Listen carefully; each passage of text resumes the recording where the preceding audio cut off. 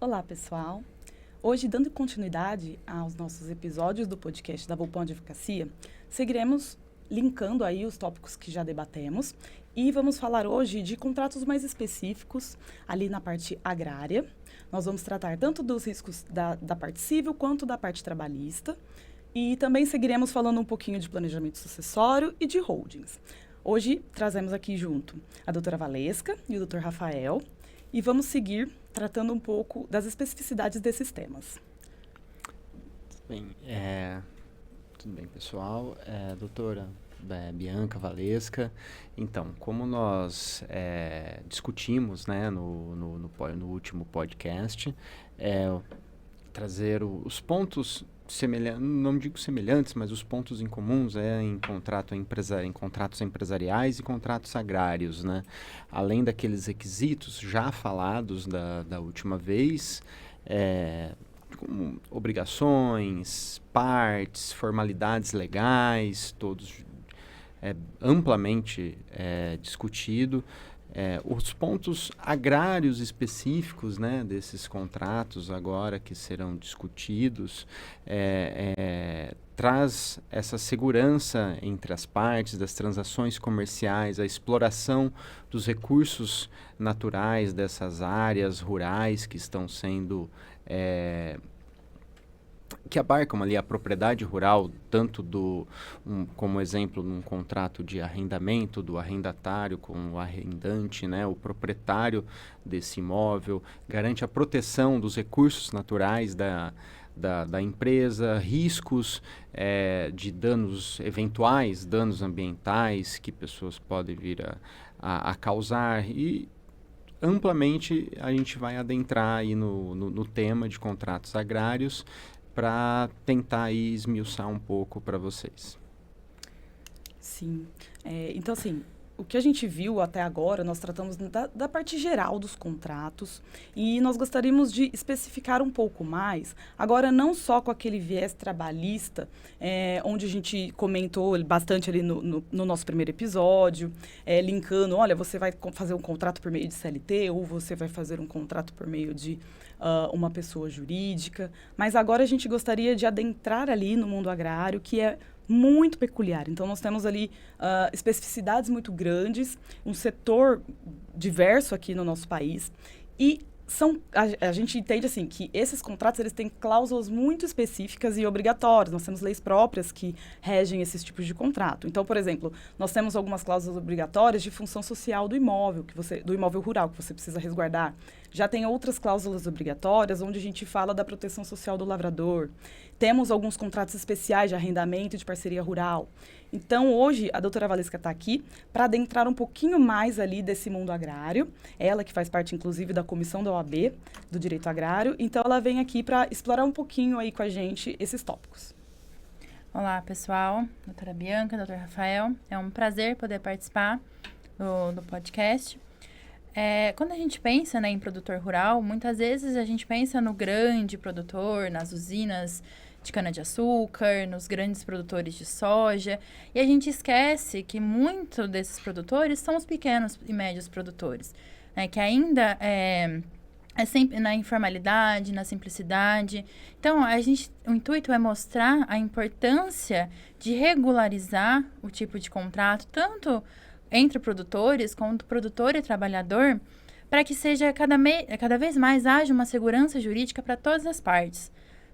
A gente percebe ainda em Ribeirão, a cidade do agronegócio, muitos pequenos produtores de renda familiar, até para eles há essa necessidade de regularizar, de possuir um contrato, de ver qual é a melhor forma de contratação para cada segmento, para cada forma de cultivo, né? Isso que a gente tenta trabalhar um pouco aqui hoje.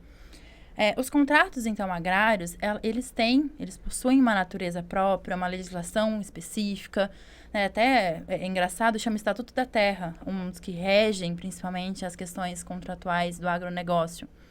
E por isso que é necessário sempre ter auxílio de um advogado ou de uma pessoa que entenda da matéria para poder resguardar os direitos de todas as partes, né? Porque são questões muito específicas, que às vezes na informalidade acaba passando, eu vou fazer ali um contrato de boca com o fulano, ele vai me ajudar na terra, mas quais depois, o que você pode vir a ter de gastos com isso pela informalidade, né? Então, os contratos agrários, muito mais do que formalizar o que já é feito, é dar uma segurança jurídica, tanto para as partes, como pela própria exploração da terra. Esse é o intuito do próprio contrato. Então, citando os principais contratos que nós temos o de parceria rural, que eu tenho a terra e vou ceder um pedaço da terra para o meu parceiro, ou posso ceder a terra e o maquinário para o meu parceiro explorar, né, essa terra junto comigo, e nós teremos realmente uma parceria. Nós temos responsabilidades iguais, nós temos direitos iguais. Então, isso tudo tem que estar formalizado num contrato. Porque se eu não formalizo um contrato de parceria, como eu vou cobrar depois se eu tenho 30%, 40%, 50%, 20% de lucro, ou se eu tenho 20%, 30%, 40% de gastos ali com a terra, né? Então, essa é a parceria. Além disso, nós temos o arrendamento rural, que é muito utilizado para a questão de cana-de-açúcar, né? Com as usinas e tudo mais.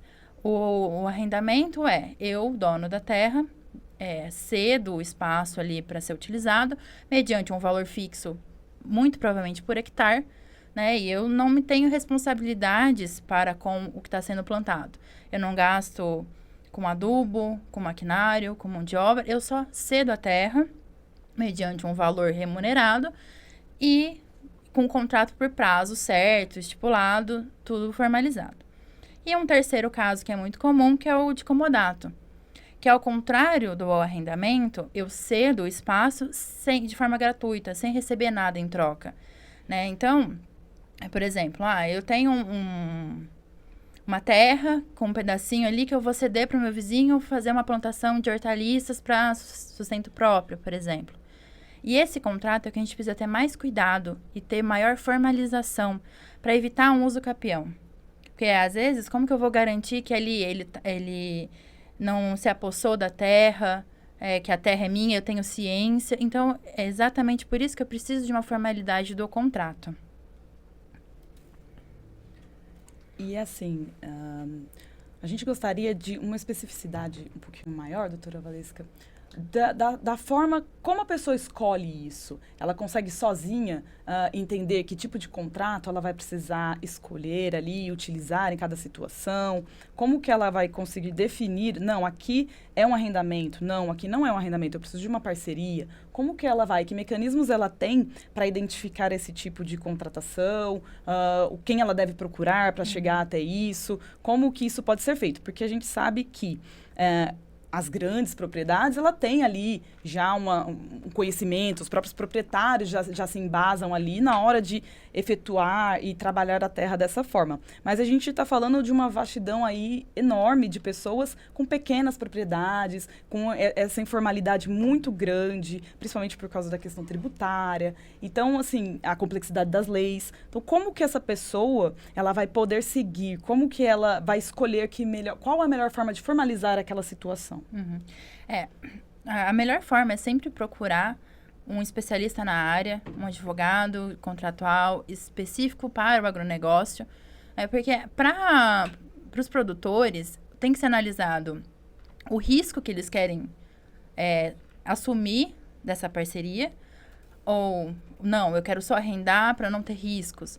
Além do risco, eu tenho que analisar o quanto eu quero ser responsável, o tanto que eu quero receber de porcentagem, porque depende. Se eu quero receber mais o percentual de lucro, às vezes é melhor uma parceria, mas tem que ser analisado que na parceria eu também assumo o que der de prejuízo. Então, tudo ali é rateado. Se der lucro, ótimo, eu recebo mais. Mas se der prejuízo, eu também tenho que arcar com isso num percentual que tem que estar estipulado em contrato. Ou não, eu aceito receber um valor fixo, mas não quero ter prejuízos. Aí seria o arrendamento, que aí ele vai receber um valor fixo mensal por hectare, mensal ou anual por hectare, isso também tem que estar em contrato, né? Só que ele não vai ter mais gastos. Se der prejuízo, não é dele que vai sair o dinheiro. Ele recebe independentemente de ter sido prejuízos ou lucros à terra, à exploração. Sim. E também, assim, nós temos muitos exemplos, né, de contratos temporários, de contratos sazonais, quando a gente vai falar na questão agrária. Diferente da regra ali, principalmente da questão trabalhista, do que a gente vê que o legislador, ele pretende ali que o contrato perdure, por mais que você tenha uma exceção ou outra de uma experiência, um contrato de experiência e tudo mais, mas a ideia é que o contrato seja longevo, que ele prossiga, que ele prospere. E tanto é que no nosso último podcast a gente tratou bastante de como fazer com que esse contrato perdure, como incluir cláusulas ali para que ele não tenha um rompimento precoce. Mas aqui nós temos casos de trabalhos temporários, sazonais, e que as pessoas não formalizam exatamente por esse período tão curto, não sabem como fazer isso, ou falam, não, são só 2 meses, como que eu vou controlar? Eu tenho safras diferentes aqui, e em cada situação eu preciso de uma quantidade diferente de pessoas. Então, como que... explica um pouquinho pra gente como funcionam esses contratos, como que eles vão identificar e tudo mais. Além da informalidade entre os próprios agricultores, os exploradores da terra, a gente vê muita informalidade também com os próprios empregados. E isso é uma questão muito negativa que pode vir a gerar muitos prejuízos. Porque o que a gente às vezes costuma ver é o pequeno produtor falar, mas eu paguei tudo certo, ele recebia o salário, se ele fazia hora extra, ele recebia, eu pagava, mas não tem nada formalizado, nada documentado. E a gente brinca, né? Se não tá no papel, não tá no mundo. Né, no mundo jurídico. Então, assim, além de questões... É uma segurança jurídica que eu preciso ter quanto empregado para me resguardar que o que foi pago está realmente pago. Numa ação trabalhista, eu comprovo que não, ele era meu funcionário, mas ele recebia, era tudo direitinho, tal. E eu entendo que muitas preocupações é realmente decorrente do curto espaço, né, de colheita de safra, a soja tem um período, o café tem outro. Então, por isso que nós temos, na trabalhista do rural, contratos específicos. Né? Eu posso ter um contrato temporário. Por exemplo, eu tenho meus funcionários que estão ali para a colheita, para cuidar do local e tudo. E na época da colheita do café, eles também fazem a colheita do café. Só que por algum motivo eu precisei antecipar a colheita ou... tá tendo que colher muito mais rápido e eu preciso de uma mão de obra extra. Eu vou contratar alguém na informalidade para só suprir essa necessidade temporária? Não. Eu tenho um contrato temporário para isso. Que é justamente para quando há uma demanda excessiva ou uma necessidade emergente, né, urgente, e eu contrato.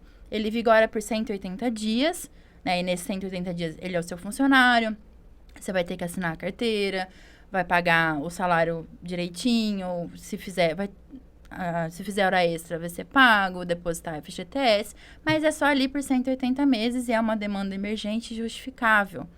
Então, acabou os 180 meses, ou a emergência terminou antes do que era previsto, eu posso rescindir o contrato, vou pagar ali as ervas rescisórias que forem apuradas, mas eu tenho uma segurança, né? Que não é na informalidade. Se ele sofrer algum tipo de acidente, a uma ação depois é muito pior, é muito mais gasto, muito mais onerosa. Então, tem essa questão do temporário. Além disso, nós temos os contratos sazonais, que são os contratos por safra. Né? A gente chama os contratos de safra, que eles são realizados pelo tempo que durar a safra do objeto da contratação. Então, por exemplo, uma safra para a colheita da cana, para o milho, outra para o café. Então, os produtores sabem mais ou menos o tempo de cada safra, se dura 3, 4, 5 meses.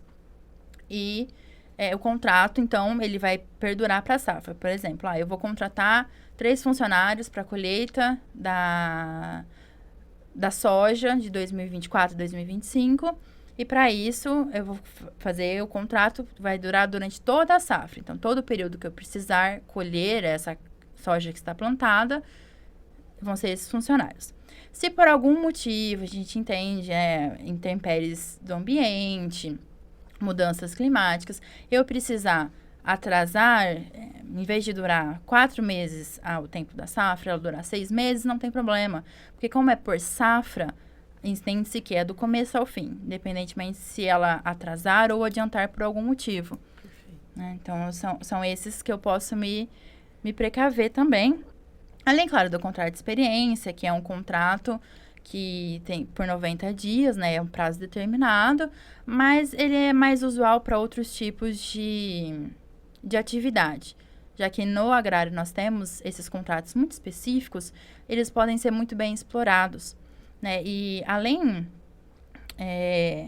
da segurança, né, que a gente fala de comprovar que está tudo pago corretamente, essas questões, a formalização do contrato, ele evita o reconhecimento de um vínculo por um período muito maior. Se eu tenho um contrato de safra que ele dura ali só a safra de 2024, por exemplo, eu vou formalizar isso, então o meu vínculo é por 3, 4 meses durante a safra de 2024. Isso impede ou diminui riscos do funcionário vir numa ação judicial, falando, não, eu trabalhei com ele 3 anos seguidos, né? E aí a prova fica muito mais difícil, né? Essa é uma questão importante. O período que você vai ter de vínculo vai ser muito maior do que realmente é. Outra questão importante é a jornada. Por mais que a gente saiba, menos de 20 funcionários, eu não preciso anotar a jornada. Isso realmente é verdade. Mas se tiver como ser anotado, é uma questão importante, porque trabalho rural, a gente sabe que começa mais cedo, às vezes termina tarde. Isso é uma questão importante de ser anotada e paga corretamente também. Uma questão muito importante que valida a regularização dos contratos de trabalho é quando a gente fala de moradia e alimentação para o trabalhador rural. Principalmente os caseiros ou quem dorme, vai para longe para trabalhar e acaba dormindo nas fazendas. Pela lei, se é um contrato de trabalho formalizado, essa questão com moradia e alimentação, ela não integra o salário. Então, é tida como indenizatória, eu não vou ter repercussões tributárias sobre isso. Né? Não vou recolher imposto de INSS, não incide sobre o FGTS, são questões só indenizatórias. Mas se eu não tenho um contrato de trabalho regulamentado, se eu concedo a moradia, ela vai integrar o salário. Tá? Então, isso é uma questão muito importante também para parar e pensar. Eu vou, às vezes, num primeiro momento, pensar, se eu tiver um contrato CLT, eu vou ter mais gastos do que se fosse na informalidade.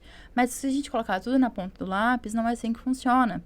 Se eu olhar todas as dificuldades que eu posso vir a ter pela informalidade, fica mais barato o CLT. Sim. Então, assim, a doutora pontuou vários tópicos importantes que justificam ali essa regularização, da importância dessa regularização. E até entrou num assunto bem interessante, que é essa questão dos caseiros mesmo.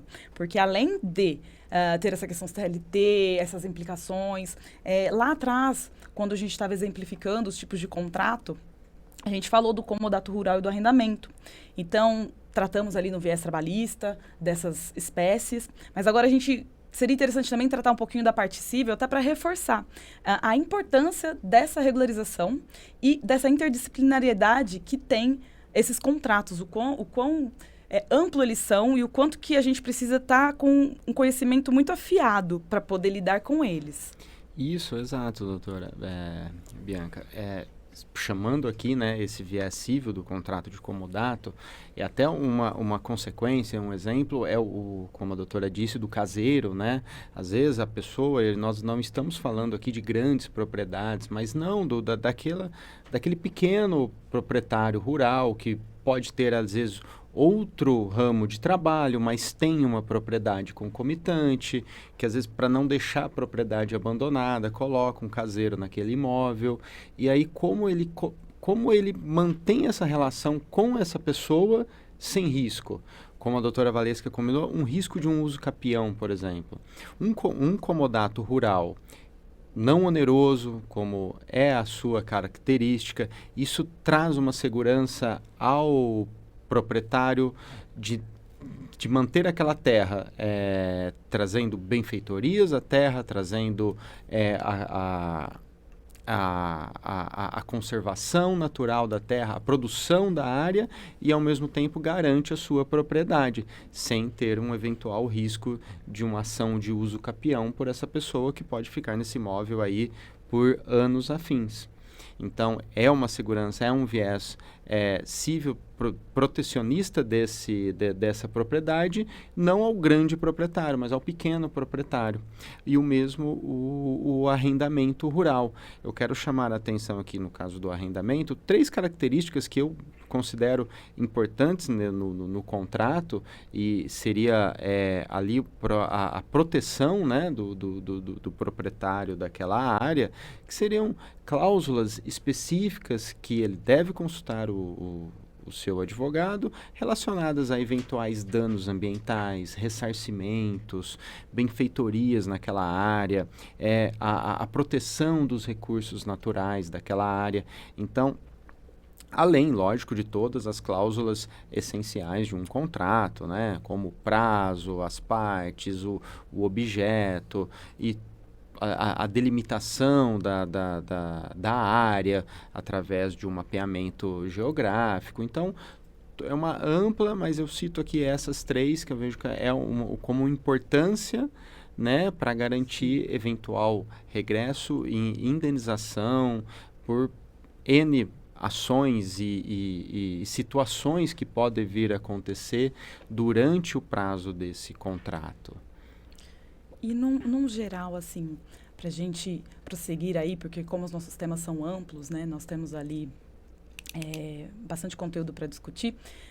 Doutora Valesca, com relação, então, assim, o doutor Rafael já deu alguns exemplos práticos, né, de consequências, principalmente cíveis ali, da ausência de regulamentação desse tipo de trabalho e desse tipo de situação agrária, mas assim, na parte trabalhista, você pode nos dar assim exemplos bem comuns assim que tem acontecido, para que de repente até desperte em quem está nos ouvindo aí uma ideia de não, realmente faz sentido a regulamentação? Esses exemplos são os comuns para os pequenos, né, e médios produtores. Eu vou chamar o filho de um amigo para me ajudar na colheita do café esse ano. Depois eu chamo ele para a colheita da cana no ano que vem. Então, isso gera um risco de uma unicidade contratual, por exemplo, pelos anos, né, que ele vem prestando esse serviço de forma irregular, né, e, sim, por ausência de contrato. Um risco também é quando a gente fala de empregada gestante, porque a gente sabe a questão da estabilidade. Então, a ausência de regulamentação de um contrato pode vir a gerar uma indenização, a estabilidade muito grande, né? Um risco de acidente, que eu volto a falar, isso, a gente sabe que a colheita dos insumos são com maquinários, às vezes enxada, podão, e isso pode gerar acidentes. E um funcionário que não possui uma regularidade contratual, ele está descoberto pelo INSS. Então, isso vai ser também cobrado do empregado. Certo. E assim, então, seguindo no nosso tema, não só essa questão da regularização dessa relação de trabalho, que foi o que a gente agora deu ênfase, mas o que a gente observa também muito no setor agrário, isso vale para todas as áreas, mas no setor agrário a gente vê demais, que são situações assim, nós estamos tratando de famílias, então são famílias proprietárias daquelas terras, famílias que trabalham naquelas terras, e há uma crescente preocupação em como formalizar isso, porque a gente já viu situações em que uma disputa familiar acaba encerrando empresas consolidadas por anos, uma disputa ali, alguns dos parentes não têm interesse naquela terra, não têm interesse em seguir com aquilo, enquanto outros são onerados, tendo que estabilizar tudo, cuidar de tudo, mas sem autorização. Então fica tudo muito na informalidade, com isso perde-se valor até da própria terra, a forma de trabalho disso. Então, a gente vê uma procura grande para fazer um planejamento sucessório envolvendo essa área agrária. Então, assim, muitos nos procuram dizendo assim, olha, eu quero regularizar, então eu quero fazer uma holding. Então, holding é uma palavra que está muito em moda, principalmente porque as pessoas pensam, teve até muitos exemplos disso, quando você via falar em holding, até no Instagram, como propagandas, vinha um desenho de um guarda-chuva, como se a holding fosse a solução para todos os problemas e fosse proteger de toda e qualquer situação. Então, olha, tenho uma dívida gigantesca, não quero arcar com essa dívida, como eu faço? Faço uma holding. Então, antes tinha-se muito essa ideia. Aos poucos, isso vem se desconstruindo, até porque, com esse desespero, muitas holdings foram feitas de forma incorreta. Então, a pessoa tinha um objetivo, utilizou-se a ferramenta incorreta e não alcançou seu objetivo. Então, hoje, a gente gostaria de discorrer um pouquinho sobre isso, para adentrar ali como funciona essa holding, as espécies, a forma de construção de tudo isso, dessas ferramentas. E na questão agrária, pensar nessa regularização mesmo, não só da questão patrimonial, mas a questão da família mesmo em si, de uma boa organização e uma gestão, faz com que dê longevidade para esse negócio. Então, a holding, ela é uma ferramenta, como eu disse, para o planejamento sucessório. Então, você tem outras ferramentas, eu até elenquei que, além da holding, a gente tem uma sociedade de participações, a gente tem administradoras de bens, que é o que a gente chama de holding patrimonial, porque a holding em si, a holding pura, ela serve para cuidar de outras empresas. Então, a holding, ela, por isso até o desenho do guarda-chuva, porque ela encabeça o restante do cuidado de outras empresas. Então, ela serviria para isso, a holding pura mesmo. Mas nós utilizamos muito no nosso país a holding para proteção patrimonial, gestão patrimonial, sucessão patrimonial. Então, aí utiliza-se muito também a holding patrimonial, que é a administradora de bens. E com isso, tem outras ferramentas também. A gente tem acordo de sócio, acordo de acionista e cotistas. A gente tem protocolo de família, a gente tem o testamento, o inventário, o seguro de vida empresarial, também a previdência privada. Então, são vários mecanismos que a gente tem que trabalhar para poder chegar num bom planejamento sucessório, inclusive na área rural, né? Isso serve para todas as áreas. E a holding, ela é, sim, uma ferramenta válida para a gente realizar isso, mas a gente tem que ter muito cuidado na formalização desse mecanismo. Por quê? Quando você utiliza essa holding de uma forma incorreta, de repente você desfaz aquilo que o cliente gostaria, daquilo que a pessoa procura. Como envolve muito questão familiar, precisa de muita conversa antes de chegar até uma conclusão de que a holding é a melhor saída. Porque se você tem uma família que está em conflito constante, muito dificilmente você vai conseguir gerar um acordo de sócio ali para estabilizar essa holding, para que ela realmente tenha o objetivo, cumpra com o objetivo para o qual ela foi criada. Então, a gente tem sempre que analisar qual o interesse do cliente, se realmente é só uma holding pura para ter um controle societário melhor, um controle das atividades das empresas e uma melhor gestão empresarial, ou se ela vem como uma forma de sucessão, uma forma de construir ali esse futuro e essa regularização. Então, o Dr. Rafael pode tratar um pouquinho para a gente também dessa estruturação, uma vez que a gente já pincelei ali algumas coisas, demonstrando que a gente tem várias áreas que envolvem e há uma alta complexidade para a formalização disso. Isso, perfeito. Exatamente, como a doutora pontuou aí nesse apanhado, a ideia da holding, né, como proteção, como blindagem, isso existe em algumas pessoas, mas hoje na prática, até um pequeno adendo aí, os mecanismos hoje do judiciário estão ali com meios de descobrir descobrir os bens, né, de eventuais devedores. Então, da mesma forma como a holding surgiu como uma forma de proteção, os meios do judiciário também se atualizaram na busca de bens. Então, essa desmistificação de que uma holding vai proteger aquele devedor, aquela pessoa que tem uma dívida, que não quer... Aquilo hoje está muito desmistificado, isso é um adendo que nós fazemos aqui, né? sobre essa situação e essa ideia de blindagem, né?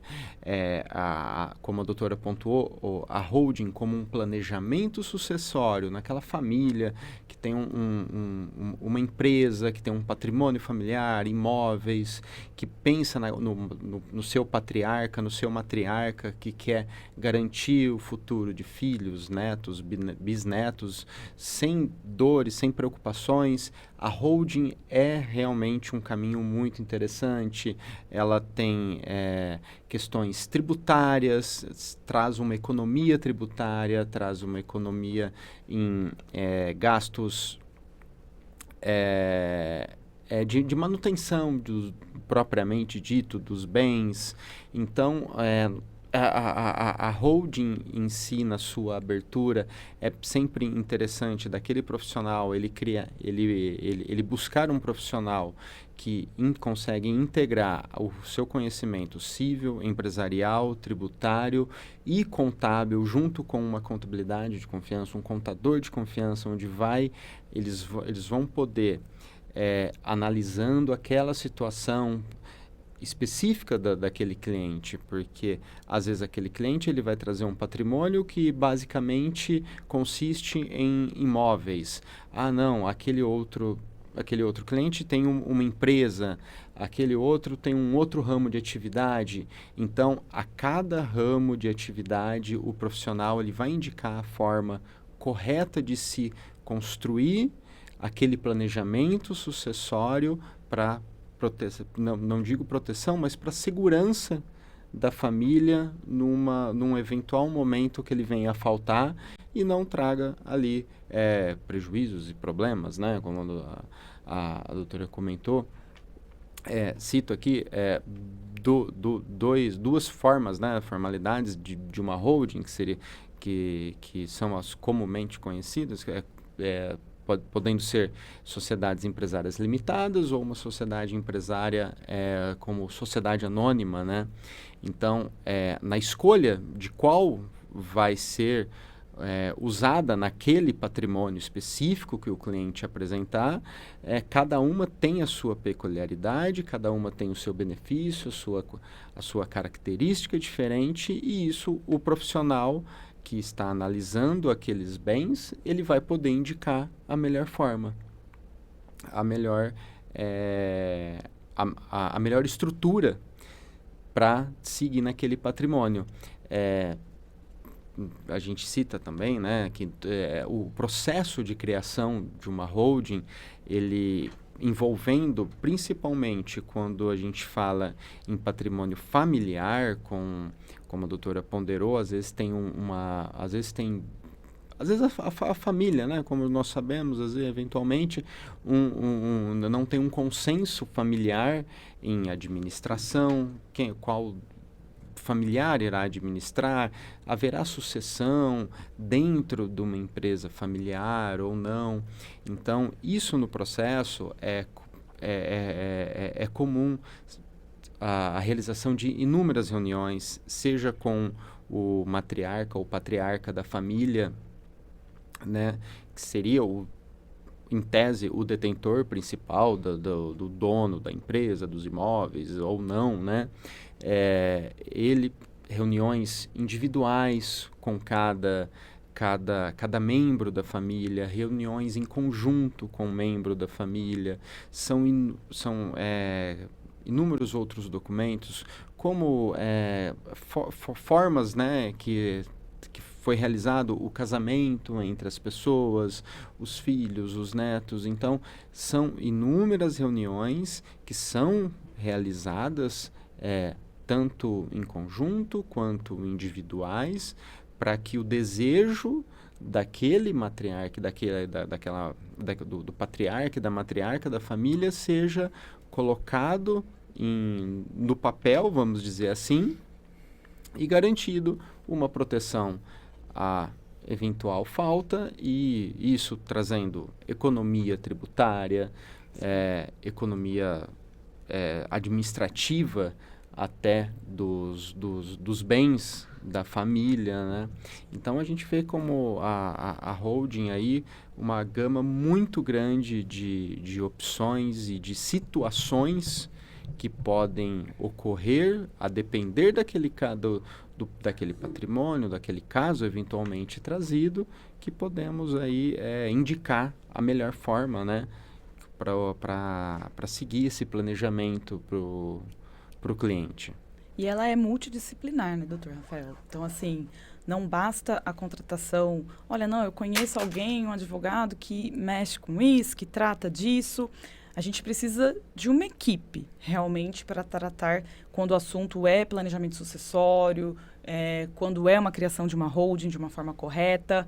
A gente vê que as questões tributárias, elas são muito fortes também ali, e uma estruturação incorreta pode destruir toda a ideia, né? Até o doutor citou a questão de se vai ser por uma sociedade por ações ou uma limitada. Porque, não, só pode ser uma limitada porque eu quero ter o controle, não posso ser uma SA? Não, pode ser uma SA, mas o capital tem que ser fechado. Exato. Então, nessa situação, olha, eu quero o controle, então vamos utilizar uma SA de capital fechado. Por que uma SA? Porque vai depender da estratégia, daquilo que a gente quer para aquela situação, porque os custos são completamente diferentes, a forma de gestão é completamente diferente, os instrumentos que são utilizados para a confecção são diferentes. Então, assim, o doutor pode discorrer um pouquinho, né, dessa diferença, dessa necessidade de melhores profissionais para a criação? Continuando, né, como a doutora ponderou, aí a sociedade limitada e a sociedade anônima, né, com suas características diferentes, indicando para cada patrimônio, a depender do tipo de patrimônio, vai ser uma indicação, o escritório analisando junto com o corpo, que não envolvendo apenas advogado, mas a contabilidade da área, contabilidade, tanto... Oh, meu Deus. Calma. Respira, bebe uma água. Tomar uma água. Um minuto, Júlia. Vocês querem mais água? Não, tá bom. Tá bom. Ainda tem. Bom, vamos lá de novo. Como a doutora ponderou, né, o tipo societário, seja uma sociedade limitada ou uma sociedade anônima por ações, a depender do patrimônio, haverá a indicação da melhor forma como seguir, porque eventual modalidade escolhida pode trazer um maior prejuízo do que benefício para aquela família. Você constituindo uma empresa de forma equivocada, em vez de você trazer um benefício, uma economia tributária, você vai estar aumentando os custos e trazendo um prejuízo futuro. Então, essa integração com o profissional do direito, empresarial, tributário, e com aquele profissional da contabilidade, integrando integrando as suas ações, e com isso o ramo de atividade, os valores envolvidos, né? Os valores envolvidos, seja como os rendimentos daquela empresa, a forma de distribuição dos valores que abarcarão aquela operação seja de uma, duas ou três empresas que vão envolver uma holding, né? Porque como a doutora ponderou, nós temos a holding pura administrando eventuais outras empresas, né? Como vai ser feito essa cadeia e essa teia de correspondência de valores, de rendimentos, de despesas, né? Dos bens, seja bens imóveis, sejam lucros pela atividade econômica, né, preponderante daquela empresa, quando a gente não está falando aí de apenas uma holding patrimonial que cuida de aluguéis. Sim. E tudo mais. Então, o corpo profissional, ele é integrado, seja com advogados, contadores, advogados cíveis empresariais, tributaristas, que eles vão entregar para aquele cliente a melhor opção para a depender daquele patrimônio. Então, nós temos que desmistificar isso a holding é uma coisa, a blindagem patrimonial. Então, é sempre importante a gente deixar bem claro isso, que a necessidade de um corpo jurídico multidisciplinar, e não só jurídico, como das outras áreas que quem tem aí, principalmente uma contabilidade que tenha conhecimento e tenha experiência em processos de criação e manutenção da holding. Exato, até porque após todas essas reuniões que o doutor até pontuou, né, que são reuniões separadas, reuniões em conjunto, chegou-se num denominador comum ali, vamos colocar isso em prática. Então, você precisa ter uma equipe na construção de todo esse planejamento que consiga operacionalizar essa situação. Então, olha, temos aqui, a estratégia é essa, tá? Como fazer com que isso funcione? Então, a gente precisa ter um corpo realmente robusto de profissionais qualificados para conseguir materializar a ideia. Então, são diversos tipos de contratos, diversos tipos de ferramentas utilizadas em todas as áreas para conseguir fazer com que esse planejamento funcione. E, além disso, uma coisa muito importante que o doutor mencionou, dessas reuniões, dessa questão de como vai ser essa sucessão e tudo mais, ter essa diferenciação, porque herdeiro é uma coisa, o sucessor é outra. Então, muitas vezes, as pessoas podem ter ali vários herdeiros, mas nem todos têm interesse na sucessão. Então, isso também tem que ser muito estudado, muito discutido, para que se chegue na ideia de quem é a pessoa ideal para suceder, quem é a pessoa que vai cuidar do patrimônio, porque isso é de interesse, inclusive, dos herdeiros. Então, conseguir ter essa conversa para que as pessoas entendam que, às vezes, é mais interessante não ter essa briga e identificar as pessoas qualificadas para fazer a sucessão é bom para todo mundo, porque com uma boa sucessão e manutenção dessas empresas e de todo esse patrimônio, a gente faz com que os herdeiros continuem também tendo ali as suas vantagens patrimoniais dentro de tudo isso que acontece. Então, são conversas que precisam ser calmas, explicar cada mecanismo, como funciona cada coisa, e entender também, dentro da família, se há, sim, essa aptidão para a sucessão, que é muito interessante, ou se é necessário uma pessoa externa para fazer essa gestão. Então, tudo isso faz parte. E, doutora Valesca, um pouquinho mais ali na parte agrária, né? Nós tocamos bastante ali na forma, nos mecanismos, mas e no agrário? Onde isso impacta bastante? Como funciona essa sucessão? Na questão agrária, a gente volta à questão dos pequenos e médios produtores, né, que, como a doutora Bianca trouxe, envolve muita questão familiar. Às vezes, o dono da terra é quem planta, quem cultiva, quem colhe, e ali, às vezes, ele, a esposa.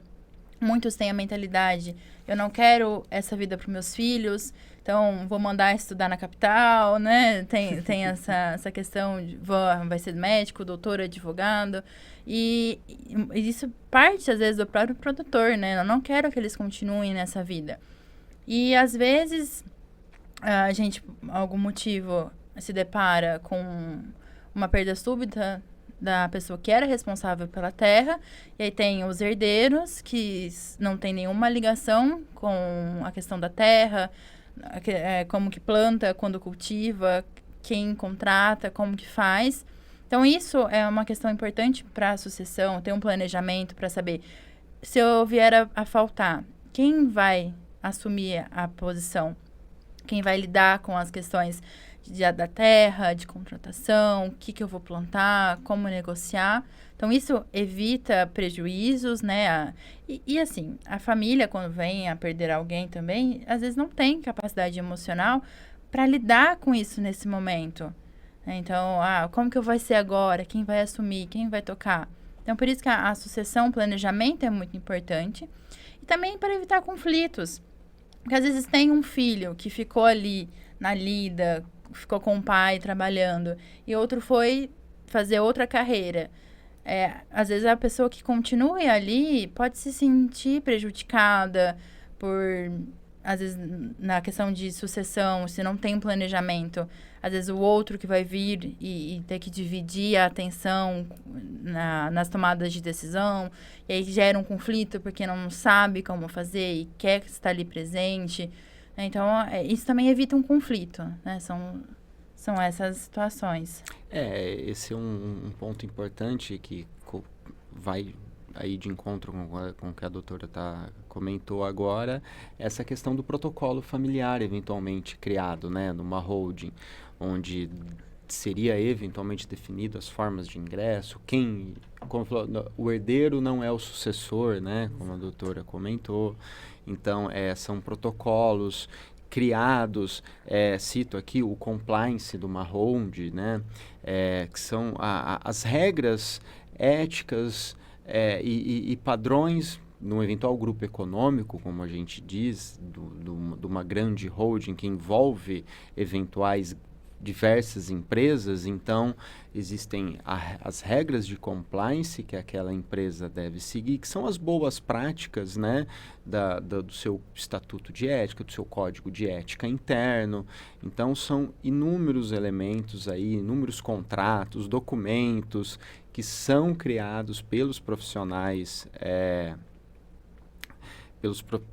que estão ali envolvidos com aquele tema e serão direcionados da melhor, e poderão, né, direcionar da melhor forma a determinado ramo de atividade empresarial. Isso que é importante a gente frisar também, né? Porque às vezes para determinado ramo não é aconselhado uma eventual estrutura empresarial, né?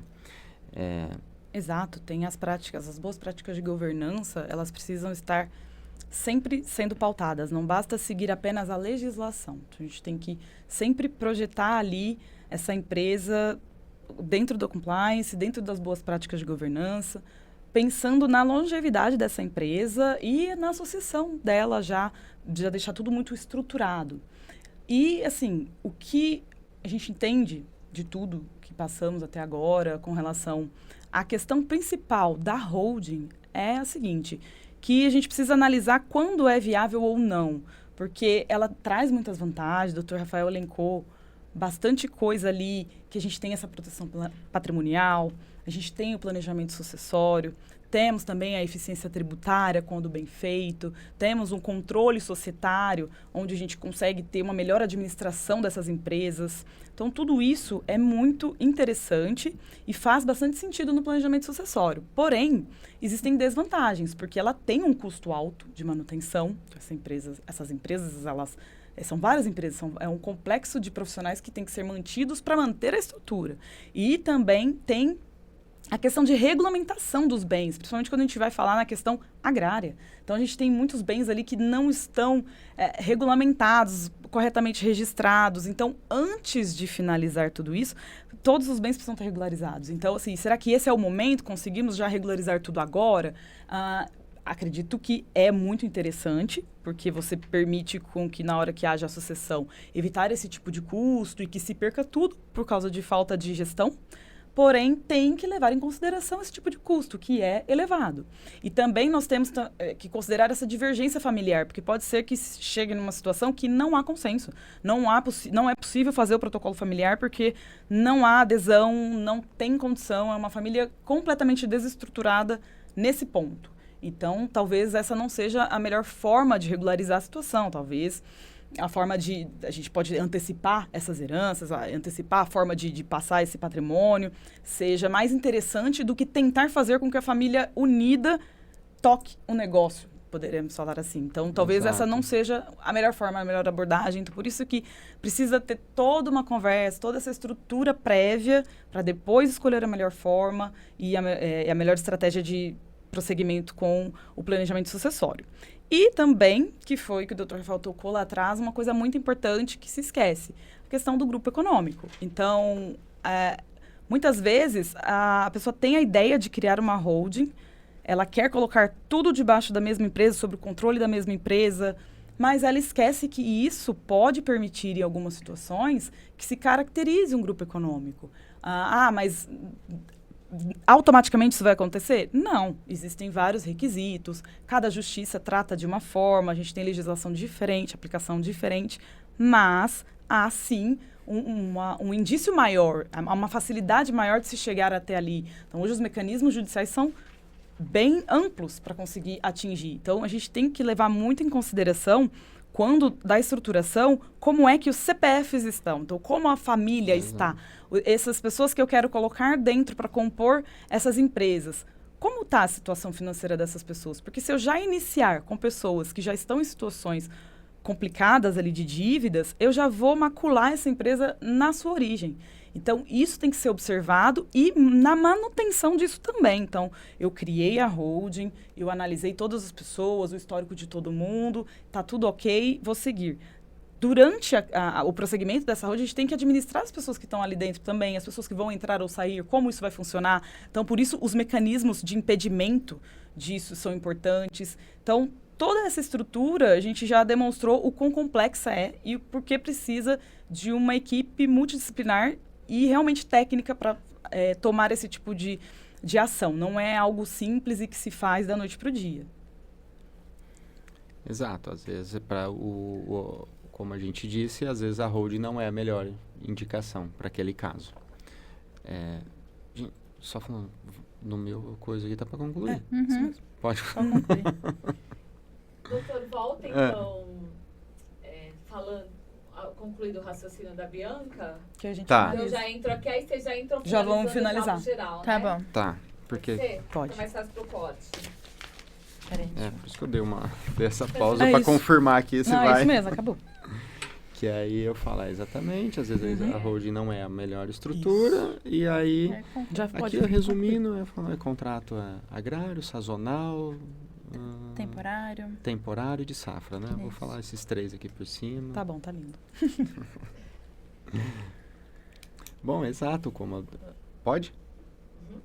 Exato, como a doutora comentou, às vezes a holding não seria aí a melhor indicação e orientação para seja determinada família ou ramo, né, de atividade.